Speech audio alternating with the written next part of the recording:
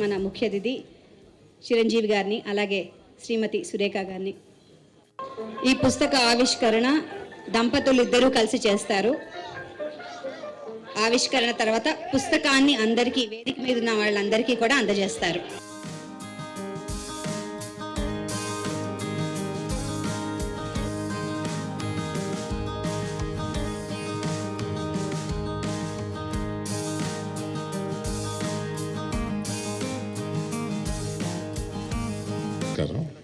నేను మాట్లాడవలసి వస్తుందని అనుకోలేదు. సావిత్రి గారిని నేను ప్రత్యక్షంగా మా స్నేహితుడి మదర్కి, ఆమె ఫ్రెండ్స్ వారింటికి వచ్చినప్పుడు అక్కడ నా స్నేహితుడి కోసం నేను ఉన్నప్పుడు వారిని ఒకసారి కలిశాను. అంతే నేను చూడడం ఆవిడని. నేను ఇండస్ట్రీకి వచ్చేటప్పటికే ఆమె రిటైర్ అయ్యి ఆ స్టేజ్లో ఉన్నారు. కాకపోతే కారులో వస్తూ సావిత్రి గారితోటి పోల్చదగిన మరో నటి ఇంకెవరన్నా ఉన్నారని ఆలోచించినప్పుడు మీనా కుమారి గారు ఒక్కరే ఉన్నారేమోనని అనుకున్నాను నేను. అది వచ్చి మన తనికెళ్ళ భరణితోటి వారితోటి పోల్చగలిగిన వాళ్ళు ఒక్క మీనా కుమారి కదా అన్నాను. తప్పండి అన్నారు. అదేంటండి అన్నాను. ఈమె హాస్యం కూడా చేయగలరు, మీనా కుమారి చేయలేరు. హాస్యం చేసిన వాళ్ళే పూర్తి నటినట్లు అవ్వగలరు అని ఆయన చెప్పినప్పుడు, సరే సార్ అది మీరు పర్సనల్గా చెప్పినా కూడా నేను కోట్ చేయాల్సి వచ్చింది.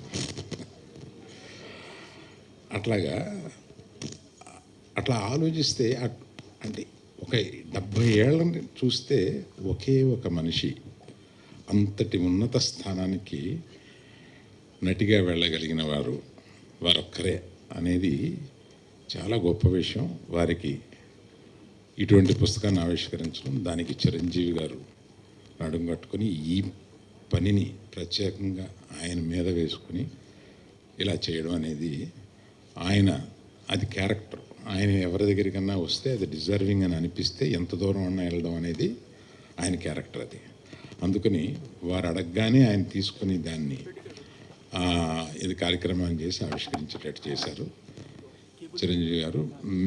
అందరికన్నా మీ గురించి నాకు తెలుసు కనుక సురేఖ తర్వాత నాకైతే ఆశ్చర్యంగా లేదు. సో అందరూ చాలా ఎక్కువ టైం తీసుకుంటున్నారని కామెంట్లు చేస్తాం. నేను ఇంతకన్నా ఎక్కువ టైం తీసుకుంటే బాగోదు. Thank you. అక్కినేని నాగేశ్వరరావు గారు, సావిత్రి గారు అంటే నాకు చాలా ప్రాణం, ఇష్టం. వారిద్దరూ కలిసి నటించిన సినిమా వచ్చిందంటే మొదటి రోజు మ్యాట్ని ఫస్ట్ షో వెళ్ళి చూడాల్సిందే. ఆ రోజులో సినిమా ఒకసారి చూడటానికే డబ్బులు ఇచ్చేవారు. సావిత్రి గారు, నాగేశ్వరరావు ఉన్న సినిమాకి 2 సార్లు 3 సార్లు కూడా చూసిన సందర్భాలు అనేకం. అంత మంచి సావిత్రి గారిని జీవితంలో ఒక్కసారన్నా నేను కలుసుకోగలనా, ఒక్కసారన్నా ఆవిడతో ఫోటో దిగ్గలనా, ఒక్కసారన్నా ఆవిడకి షేక్ హ్యాండ్ ఇవ్వగలనా అని అనుకునేవాడిని. నా అదృష్టం బాగుండి నేను నటుడినయ్యి 7-8 సినిమాల్లో ఆవిడతో కలిసి నటించే అదృష్టం నాకు కలిగింది. అన్ని చిత్రాల్లో కూడా ఆవిడ నాకు తల్లిగా యాక్ట్ చేశారు. ఎప్పుడు కూడా ఆవిడని నేను అమ్మానే పిలిచాను తప్ప సావిత్రి గారు అని ఎప్పుడు ఏ రోజున పిలవలే. ఆవిడ కూడా నన్ను అబ్బాయిని పిలిచేదే తప్ప ప్రేమతో మురళీమోహన్ అని కూడా ఎప్పుడు పిలిచేది కాదు. అంత ఆత్మీయంగా ఉండేవాడు. చాలా చాలా ఆవిడ ఎంత గొప్ప నటి అనేది వాళ్ళు గొప్పగా చెప్పక్కర్లేదు. ఇక ఆవిడ తర్వాత అలాంటి నటీమణి రాలేదు అన్న కూడా అది అతిశయోక్తి కాదు. ముఖ్యంగా మాయాబజార్ ఇక్కడ ఉన్న వాళ్ళందరూ మనందరం చూసే ఉంటాం. పెద్ద హిట్ అయింది. ఆ సినిమా రిలీజ్ అయిన తర్వాత ఈ సినిమాలో హీరో ఎవరు అని ఒక చర్చ జరిగిందట. అక్కినేని నాగేశ్వరరావు గారు అన్నారట, హీరో అంటే హీరోయిన్లు కలిపి డ్యూయెట్లో ఉన్నది ఎవరైతే వాళ్ళే హీరో, ఈ సినిమాలో నేనే హీరో అన్నారంట ఆయన. ఎన్టీ రామారావు గారు వచ్చి నేను కృష్ణుడు వేషం వేసా, కథ అంతా నడిపించేది నేనే హీరో అన్నారంట. ఎస్వి రంగారావు గారు వచ్చి అసలు సెకండ్ హాఫ్లో ఘటోద్గడు వచ్చిన కానించి అసలు సినిమా లేచింది, ఆ సినిమాకి హీరో నేను అన్నా అంట. అప్పుడు పెద్ద మనిషి అన్నారంట, మీరెవ్వరూ హీరోలు కాదయ్యా ఈ సినిమాలో, హీరో హీరోయిన్ 2 కూడా సావిత్రేనయ్యా. ఆవిడ మాయా ఘటోద్గజుడు స్త్రీ రూపంలో ఉన్నప్పుడు చేసిన నటన దాని హైలైట్. ఆవిడ నిజమైన హీరో అని చెప్పి అన్నారు. అలా ఒక గొప్ప నటి.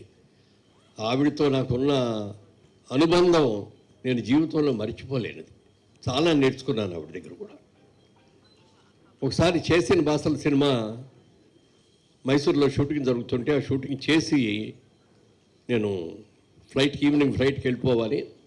చాళుక్య హోటల్లోకి వెళ్ళి అక్కడ లిఫ్ట్ ఆన్ చేసేప్పుడు పైనుంచి అది కిందకు వచ్చింది. డోర్లు ఓపెన్ చేయగానే ఎదురుగా సావిత్రి గారు ఉన్నారు. తెల్లటి చీర కట్టుకొని మంచి బొట్టు అది పెట్టుకొని చాలా అందంగా ఉన్నారు. అమ్మా చాలా అందంగా ఉన్నారు అన్న. నువ్వేంటి బాబు ఇక్కడికి వచ్చావు అన్నారు. అంటే షూటింగ్ కోసం వచ్చానమ్మా, అయిపోయింది అని. మీరేంటమ్మా ఇక్కడికి వచ్చారు అన్న. నాకు రేపటి నుంచి షూటింగ్ ఉంది, ఆ షూటింగ్ కోసం వచ్చాను. అమ్మ చాలా అందంగా చాలా చక్కగా ఉన్నారు, ఇదే మెయింటైన్ చేయండి అమ్మా అంటే మధ్యలో కొంచెం అనారోగ్యంతో తగ్గిన తర్వాత మళ్ళీ అంత అందంగా అనిపించారు. అలాగే బాబు తప్పకుండా అని చెప్పి అన్నారు. ఇద్దరు చెప్పారు. దురదృష్టంతో ఆ రోజు రాత్రే ఆవిడ డయాబెటిక్ కోమాలోకి వెళ్ళారు.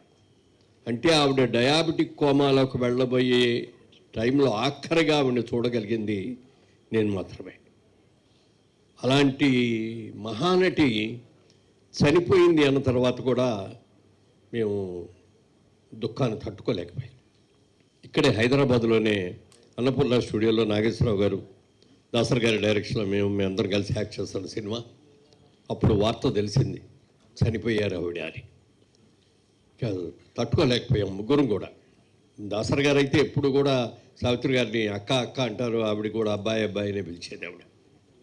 అలాగే అక్కినేని నాగేశ్వరరావు గారు, సావిత్రి గారు ఎన్ని సినిమాలు చేశారో, ఎన్ని సూపర్ హిట్ చేశారో మీకు అందరికీ తెలుసు. మేము ముగ్గురు నిర్ణయించుకున్నప్పటికప్పుడు మనం టికెట్స్ తెప్పించేస్తాను, వెంటనే మనం ఢిల్లీ వెళ్దాం, మన చెన్నై వెళ్దాం, అంత్యక్రియల్లో మనం పాల్గొవాలి అని చెప్పి అనుకోవటం. ముగ్గురం కలిసి వెళ్ళాం అంత్యక్రియలకి. ఆవిడ అంత్యక్రియలు పూర్తి అయ్యే వరకు కూడా అక్కడే ఉండి ఆ కన్నీళ్ళు కూడా అక్కడే కార్చి మళ్ళీ అమ్మ నువ్వు ఎప్పటికీ నువ్వు చిరంజీవిగా ఉంటావు, నువ్వు ఎప్పటికీ కూడా తెలుగు సినిమా కాదు ప్రపంచ సినిమా ఏది కూడా మిమ్మల్ని మర్చిపోదు అని చెప్పి అనుకున్నాం. అలాగే అనేక అనుభవాలు ఆవిడతోటి. మహానటి. ఇవాళకి కూడా ఆవిడ చనిపోయిన తర్వాత కూడా మహానటి సినిమా వచ్చి కూడా ఆ సినిమా ఎంత సూపర్ డూపర్ హిట్ అయిందో మనందరికీ తెలుసు. అలాగే అందులో మహానటి పాత్ర వేసినటువంటి ఆ నటికి బెస్ట్ యాక్ట్రెస్గా ఎలా వచ్చిందో కూడా మనకు తెలుసు. అంత గొప్ప మహానటి వాళ్ళ ముఖ్యంగా ఈ స్టేజ్ మీద ఒకరోజు సంజయ్ కిషోర్ నా దగ్గరకు వచ్చి,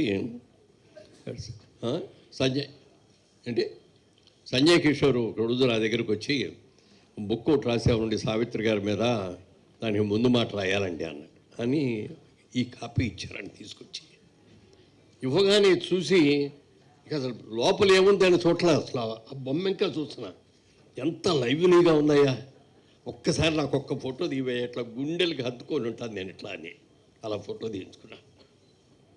ఇవాళ ఇంత అద్భుతమైన బుక్ని తయారు చేసిన సంజయ్ కిషోర్ని మనస్ఫూర్తిగా అభినందిస్తున్నా. ఎందుకంటే సావిత్రి గారి గురించి ఎవరు బుక్ వేయాలన్నా కూడా ఇంత గొప్ప బుక్ ఎవరు వేయలేరు. ఆయన దగ్గర దాదాపుగా 1,00,000 ఫోటోలు ఉన్నాయంట సావిత్రి గారి ఫోటోలు. బహుశా వచ్చే విజయచాముండేశ్వర్ గారి దగ్గర కూడా అన్ని ఉండవు. అంత ఇదిగా చేసి సావిత్రి క్లాసిక్స్ అని దీనికి పేరు పెట్టి ఇందులో ఆవిడ నటించిన ముఖ్యమైన చిత్రాలన్నిట్లు కూడా రాసి వాటి గురించి ఈ బుక్ తయారు చేశారు. అంత బుక్. ఈ బుక్ ప్రింటింగ్లో సహకరించిన మా స్నేహితుడు కృష్ణయ్య గారిని కూడా మనస్ఫూర్తిగా అభినందిస్తా. మీరు చాలా ఖర్చు పెట్టుంటారు, కానీ ఇది చిరస్థాయిగా నిలిచిపోయే బుక్ సార్ మీకు. ఇవన్నీ ఒక ఎత్తు అయితే ఈ బుక్ ఆవిష్కరణ కోసం మెగాస్టార్ చిరంజీవి గారు సతీ సమేతంగా వచ్చి, ఎందుకంటే ఎప్పుడూ ఆవిడ వచ్చినా అక్కడే కూర్చుంటారు కానీ పైకి రారు, అసలు వచ్చేదే తక్కువ, వచ్చిన పైకి రారు. ఇవాళ సావిత్రి గారి కార్యక్రమం అనేటప్పటికి ఆవిడ కూడా ఎంతో ఉత్సాహం వచ్చి ఇంతసేపు అక్కడే కూర్చోవడం అదొక హైలైట్. అయితే ఇవాళ ప్రోగ్రాంలో హైలైట్ ఏమిటి అని చెప్తే, సురేఖ్ గారు విజయ చాముండేశ్వర్ గారి ఇంటర్వ్యూ ఉంది చూశారు, అద్భుతం, సూపర్. జరిగిన ఈ దీన్ని ప్రపంచంలో ఉన్న తెలుగు వాళ్ళు చూసి ఉంటారు ఇప్పటికే. ఒకవేళ చూడకపోయినా ఇది ఎంత వైరల్ అవుతుందో చెప్పడానికి వీల్లేదు. వెరైటీ. చిరంజీవి గారు మాట్లాడారంటే పెద్ద గొప్పగా చాలాసార్లు మాట్లాడారు, ఎన్నో చూశారు ఆయన. కానీ సురేఖ్ గారు మాట్లాడారంటే గొప్ప. మరి వాళ్ళిద్దరూ స్నేహితులైనటువంటి మరి విజయ చామండేశ్వరి గారు వారిద్దరూ కలిసి మాట్లాడటం, ఈ సందర్భంగా ఆవిడ ఎన్నో మాకెవరికి కూడా తెలియని విషయాలు ఎన్నో చెప్పింది, చిన్నప్పటి విషయాలు కూడా. చిరంజీవి గారు పక్కన ఉన్నారు. విజయశామండ్రిలో ఇది అంటే ఏమన్నారు ఇందాక, కొత్త కోణం, ఆవిళ్ళు కొత్త కోణం చూస్తాం అని చెప్పి ఎప్పుడు కూడా చాలా గంభీరంగా పెద్దగా నవ్వుతూనే మాట్లాడతారు, కానీ ఇంత చక్కగా ఇంత సరదాగా మాట్లాడటం ఇవాళే నేను చూడటం అంత అద్భుతమైనది. ఈ మహానటి గారి కార్యక్రమంలో పాల్గొనే అదృష్టం నాకు కలగటం చాలా అదృష్టం. అలాగే సంజయ్ కిషోర్ నన్ను అడిగాడు ఈ బుక్ చూపించినప్పుడు, ఎలా ఉందండి అన్నాడు. చాలా బాగుందండి, ప్రతి తెలుగు ఇంట్లోనూ ఒక భారతము, ఒక రామాయణము, ఒక భగవద్గీత ఉంటాయి. అలాగే సినిమా ఇండస్ట్రీకి సంబంధించిన వ్యక్తులు, అభిమానులు అందరూ కూడా ఒక భాగవతంలాగానో ఒక భారతంలాగా ఒక భగవద్గీతల ఇంట్లో దాచుకొక బుక్ ఇది. అంత మంచి బుక్ చేశావు అంటే ఇంత అద్భుతంగా చేయగలిగింది ఎవరు చేయలేరు. జర్నలిస్టులు చాలామంది చాలా బుక్స్ వేశారు, కానీ ముఖ్యంగా సావిత్రి గారి ఆయన కూడా చాలా బుక్కులు వేసినా కూడా వాటి అన్నిటికంటే కూడా ఇది ఒక అద్భుతమైన బుక్గా వారిని నేను మనస్ఫూర్తిగా అభినందిస్తూ, ఈ కార్యక్రమంలో ఎక్కువ మాట్లాడకూడదు, మనందరికంటే చిరంజీవి గారు ఎక్కువ మాట్లాడితే మేము అందరూ సంతోషిస్తాం. మాట్లాడారు.